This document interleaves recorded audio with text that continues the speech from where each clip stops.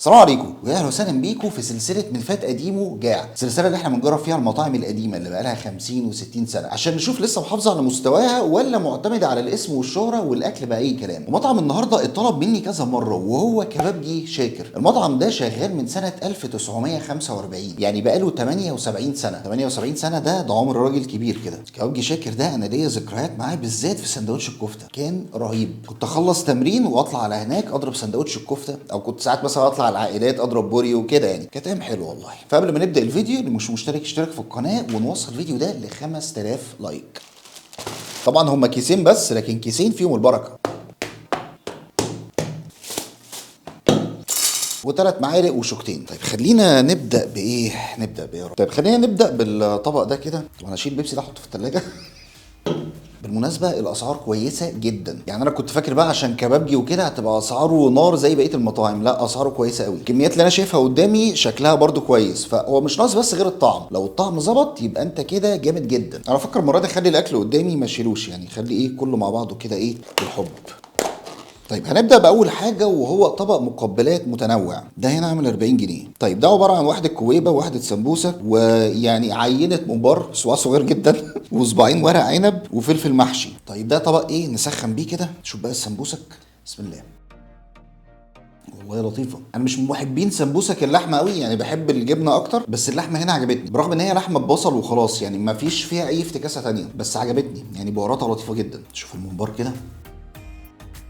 انا نفسي اتبسط الفيديو بتاع النهارده، يعني نفسي المستوى يفضل مكمل كده، هقوم متمزج على الاخر. اي نعم هو صباع ممبار صغير بس جامد جدا. الخلطه بتاعته طعمها حلو قوي والرز مستوي كويس، بس هو مش سبايسي خالص. بالنسبه لي كان نفسي ان هو يبقى سبايسي ولو سنه بسيطه، بس تمام ما عنديش مشكله. حلو. ورق العنب بقى هنا صباع حجم متوسط كده مش الصغير. الصباع انا ما اكلتوش، يعني لهطته كده مره واحده، يعني مش عارف يعني اقول على صباع ورق العنب ايه جوسي، مش جامد جدا. الصباع اتلهط ما اتاكلش. ورق العنب هنا مزز كده والخلطه بتاعته طعمها حلو قوي. شوف بقى الكوبيبه دي مؤخرا لما اجي ادوق عند ناس كتير ما بحسش في حد بيعرف يظبطها قوي، مش عارف ليه.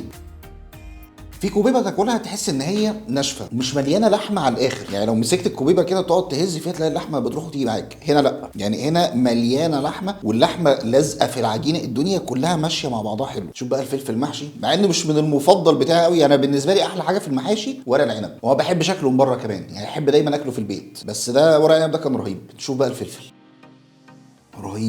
رهيب. هو ممكن خلطته تحس ان هي مختلفه حاجه بسيطه عن محشي ورق العنب، تحس ان انا بس بهاراته زايده حاجه بسيطه، مش عارف ازاي، مع ان طبيعي ان هما الاثنين يبقوا نفس الخلطه، بس لا انا مبسوط. يعني طبق المقبلات ده مش عارف نديله كام من 10. طيب هو مفيش حاجه فيه كانت عاديه، لا كله حلو. 9 من 10 يا باشا، وانت حاطط رجل على رجل كده ومستريح. طبق جامد جدا، برافو، بدايه موفقه من كبابجي شاكر. نخش بقى على ايه؟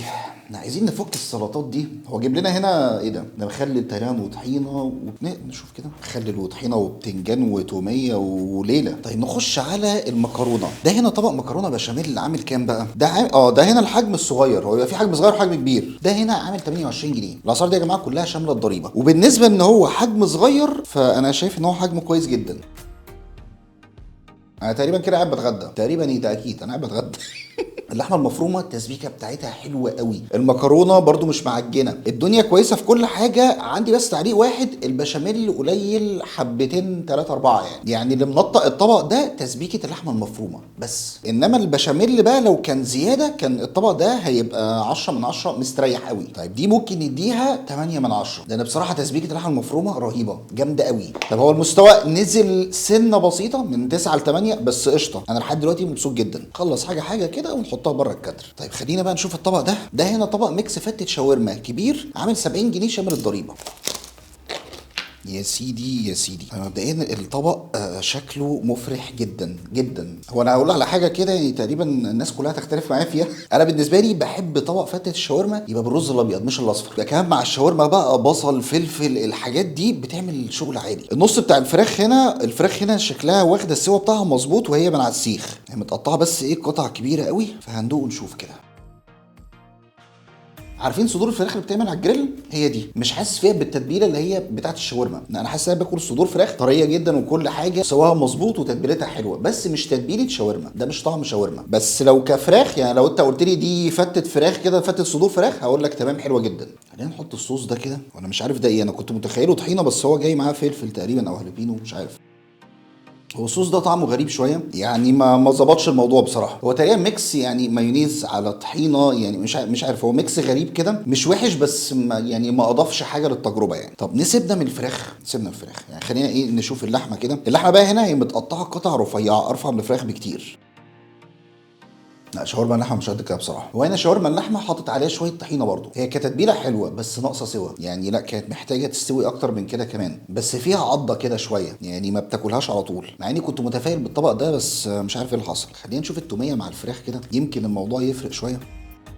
يعني التوميه ما اضافتش حاجه برضه، والتوميه كمان بصراحه طعمها مش احلى حاجه يعني، التوميه السوري احلى منها بمراحل. لا الطبق ده ما مزجنيش، هو مش الطبق اللي يتقال عليه وحش بس برضه لا مش بنفس مستوى الحاجات اللي فاتت خالص. طيب الطبق ده يعني بصراحه اديله 6 من 10. طيب خلينا نخش على بعده بقى، الطبق الصغير ده كده عشان انا عارف ده ايه ده. الطبق ده انا بعشقه جدا. ده هنا يا جماعه طبق بسله باللحمه، ده هنا الطبق الصغير عامل 40 جنيه شامل الضريبه. طيب وانا بقلب كده لقيت قطعه لحمه واحده، مش عارف بقى يبقى في غيرها تاني ولا لا. وادي التانيه، ايه ده في قطعه ثالثه والله زي الفل. 3 قطع كويسين جدا، حجمهم طبعا مش يعني مش حجم القطعه مش كده يعني، برده ما هو طبق صغير بس 3 قطع كويسين قوي. الطبق ده برغم ان انا ما باكلوش كتير بس بحبه جدا، بسله مع الجزر مع اللحمه مع التسبيكه التقيله، كل ده بيعمل شغل عالي.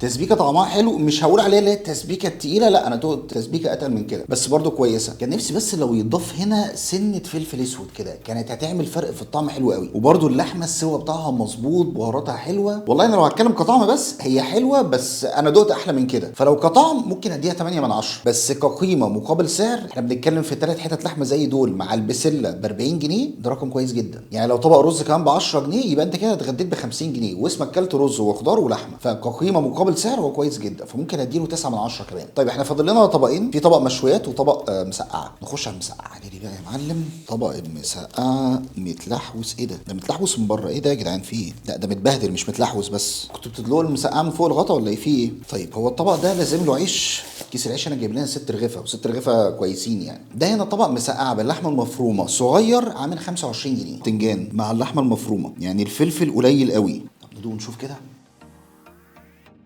احنا ابتدينا بدايه في الفيديو قويه جدا، بس المستوى عمال كل شويه ايه بينزل، هو بينزل حاجات بسيطه بس عمال ينزل. لا دي بقى يعني ما عجبتنيش. تسبيكه المسقعه هنا خفيفه جدا، والبتنجان كده مش عارف يعني تحسه بايت او حاجه، مش عارف تحس ان في مشكله يعني، طعم البتنجان مش قوي كده يعني. التسبيكه كان ممكن يخليها اتقل شويه، حرشه شويه، انا مش عارف ايه مشكله طعم البتنجان، بس لا طعمه ضعيف قوي يعني. دي كده اديها 4 من 10 يعني. انا فاكر انا دقت طبق مسقعه كان في مطعم شيك شاك، وشيك شاك ده فراخ ومكرونات بقى لازانيا وكانيلوني والحاجات دي، طبق مسقعه عنده عالمي عالمي بمعنى الكلمه. طيب خلينا نخش على اخر طبق معانا وهو طبق الميكس جريل. طيب ده طبق ميكس جريل عامل 100 جنيه، ده عباره عن قطعتين كباب وقطعتين شيش طاووق وصباعين كفته ورز ابيض. هو بيجي ممكن ابيض او بسمتي، ممكن تلاقي فيه بالخلطه او بالكبده، بس انا قلت لهم عايز رز ابيض عادي. خلينا نبتدي كده بصباع الكفته. طب هو صباع كفته طويل كده ما شاء الله يعني، رفيع شويه ولونه غامق شويتين كده، فخلينا نقول نشوف. على هادي يا زبادي، فعلا رايق كده. عارف انت اللي بيقدم لك حاجه كويسه وعارف ان هي تعجبك، وعارف اللي هو ايه، هو بيحاولش ان هو يفرك او يحزق عشان يعمل فيها اي افتكاس عشان تعجبك، لا هو بيقدمها لك بالطريقه الكلاسيك كده. يمكن بس الحاجه الوحيده اللي ناقصه صباع الكفته ده ان ريحه الفحم تبقى باينه شويه فيه، بس اللحمه طعمها حلو قوي، بهاراتها مش كتير، انت حاسس بطعم اللحمه، وفرمه الكفته كويسه. لا صباع كفته زي ما الكتاب بيقولوا، تحس ان هو صباع كفته على قديمه كده، ما فيهوش اي افتكاسات، ما فيهوش بهارات كتير، ما فيهوش حوارات، هو صباع كفته كلاسيكي جدا، برغم ان هو شكله صباع كفته حزين يعني شكله بصراحه مش احسن حاجه، بس طعمه لطيف جدا. خلينا نشوف شيش طاووق كده. في طعم ليمون باين قوي في التتبيله، تتبيلته لطيفه، تسويته كويسه، من وراك مش من صدور، بس برضو ريحه الفحم مش باينه فيه خالص نهائي يعني. لا انا اكلت شيش طاووق من كذا مكان قبل كده وجبتهم ديليفري وصورت، لا كان ريحه الفحم باينه. هو معقول شغال بس لا في اقوى من كده بحبه حلوين. خلينا نشوف الكباب كده. كباب والقطعتين صغيرين كده مش كبار خالص.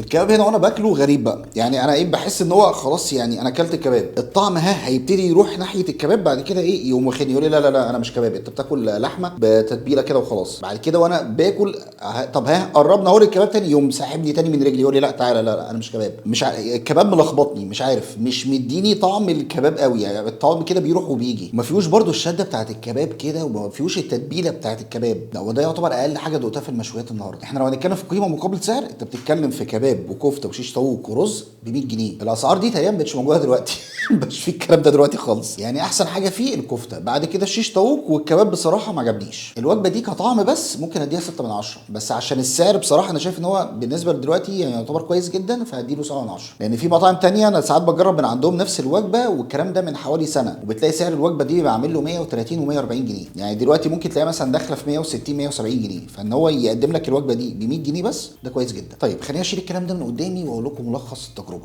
طب والله كانت تجربه لطيفه، يعني انا كنت متوقع ان في حاجات هتخيش جامد، بس لا ما حصلش. يعني يمكن بس اقل حاجتين جربتهم النهارده كانوا الكباب والمسقعه بس، اما الباقي كله عجبني، سواء بقى المستوى كان يعني كويس او جامد قوي، بس عجبوني. فبالنسبه لي يعني اكتر حاجه جربتها النهارده وعجبتني كان طبق المقبلات ده، ومن بعديه مكرونه البشاميل، بعد كده طبق البسله باللحمه، وبعد كده طبق الميكس جريل، بعد كده طبق فته الشاورما، بعد كده طبق المسقعه. عايزكم بقى تكتبوا لي في الكومنتات ايه الفيديوهات اللي تحبوا تشوفوها الفتره اللي جايه. يعني عملنا مقارنه شارع الحمراء والاغا زي ما طلبتوا، وكبابجي شاكر ده برضو الطلب فعملناه، يعني قولوا لي عايزين ايه نشوف ما يطلبه الجماهير. وبس كده، ده كان الفيديو بتاع النهارده. ما تنسوش بقى تعملوا لايك الفيديو وتشيروه في كل حته. اشوفكم ان شاء الله الفيديو الجاي. سلام.